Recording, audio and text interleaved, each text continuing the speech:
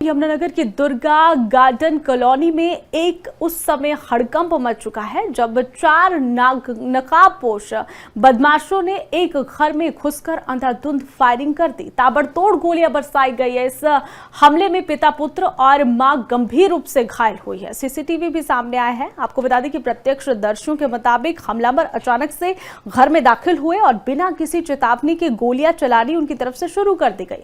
Firing की आवाज सुनकर आसपास के लोग दहशत में आ गए और घरों से बाहर निकल आए। साथ ही डीएसपी राजीव मिगलानी ने बताया है कि गोलीबारी में अमित के सिर पर गंभीर चोट आई है और जबकि उसकी जो मां है, मीना नाम बताया जा रहा है, उसकी बाजू में गोली लगी है। घटना के तुरंत बाद स्थानीय लोगों की मदद से घायलों को अस्पताल पहुंचाया गया उपचार के लिए, जहां पर उनकी हालत स्थिर बनी हुई है।